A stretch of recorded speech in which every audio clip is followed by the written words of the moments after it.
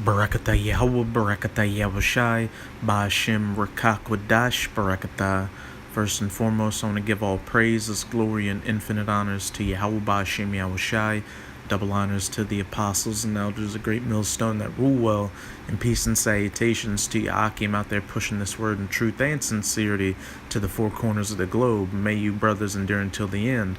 This is the brother Raya with another video. I'm going to just do a quick sit down on how it's better to be in the house of mourning than the house of mirth, because when you're in this truth, following the law, statutes, and commandments to the best of your ability, it can get I'd say tedious sometimes, because since this is such a wicked world, there's not much you can do, and you'll get those urges to go out and have a good time every now and then, which there's nothing wrong with that, because as it says in 1 Corinthians 7:31, and they that use this world and not abusing it, for the fashion of this world passeth away.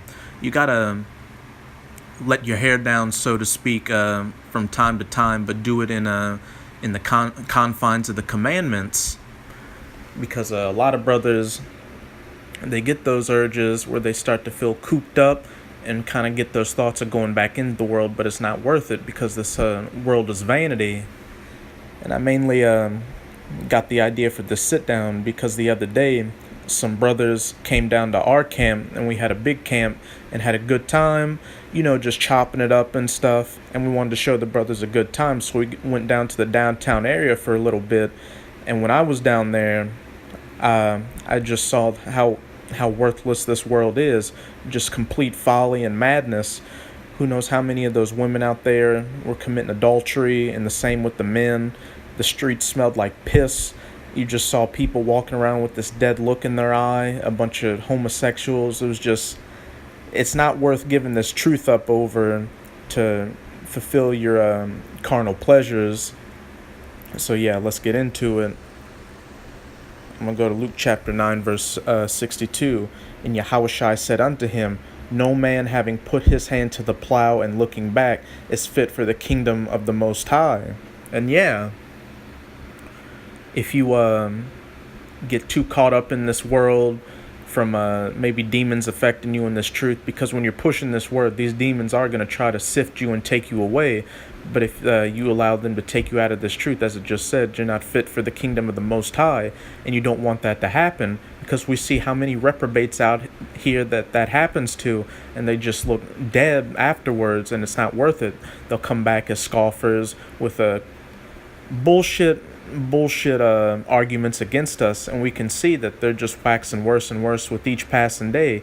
And not just scoffers, but people you may know in your personal life that may have been in this truth but went back into the world. You see how their life is just not turning out any better, because when you know this truth, it's better to have not known this truth than to have known it and left, because then those demons are just going to jump on you that much more and mess your life up. So it's not worth it. And again, it's easy to have the cares of this world attack you to try to take you out of this world, whether it be women or a job, or getting a job and making money, or status or stuff like that. But it's not worth it, because this world's about to pass away soon enough, and it's not worth losing a chance to reign with Yahushua in that first 1,000 years for. Now I'm gonna go to Ecclesiastes chapter 1 verse 18. For in much wisdom is much grief, and he that increaseth knowledge increaseth sorrow. And that's true, because when you learn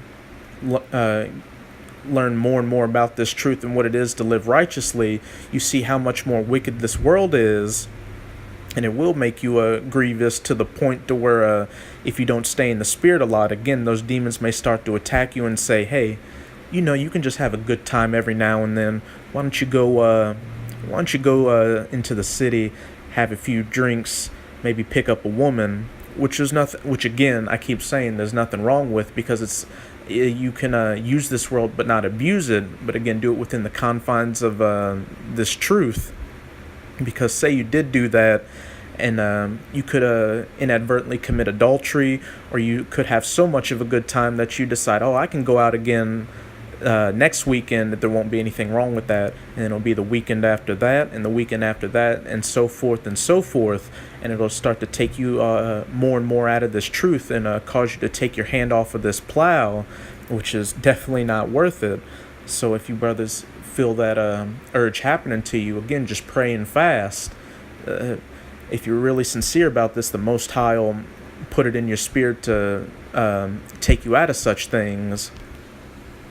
In this world, I'm going to mainly be keeping in Ecclesiastes just to show how much of a vanity this world is, and that it's better to stay in the house of mourning than the house of truth, because there's nothing in this world worth it. Because again, when we were downtown the other day showing the brothers a good time, I could see how I used to be when I lived in the world, because I'd go out quite a bit, have a few drinks, and try to hook up and such. And it seemed like a good time at the moment, but as I came more and more into this truth, I saw how much of vanity it was, and just how much of a waste of time it was. It just turned you into a base creature to just keep doing that and living in this materialistic world. And this is Ecclesiastes chapter 2, verse 1. And I said in mine heart, go to now, I will prove thee with mirth, therefore enjoy pleasure, and behold, this also is vanity. And that's just how it felt. I was seeing all these people live wickedly, and it was just, if it's vanity, it's not worth it.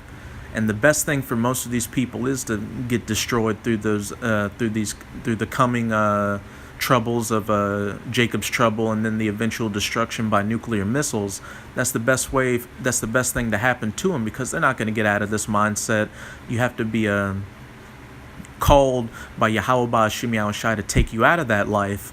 And if you have been called to take it out of it, you better hope you're one of the chosen, because as easily as the Most High took you out of this base society, he can throw you back in it and set you up for destruction. This is verse 2. And I said of laughter, it is mad, and of mirth, what doeth it?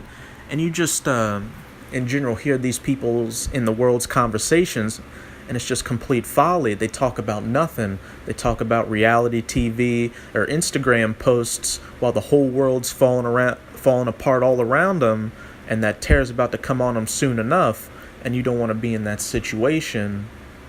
This place is just, it's vapid and it's taxing with each passing day, and it will cause you to want to, be a little carnal every now and then, which again, as it said in 1 Corinthians 7:31, use the world but don't abuse it. Just have a good time every now and then.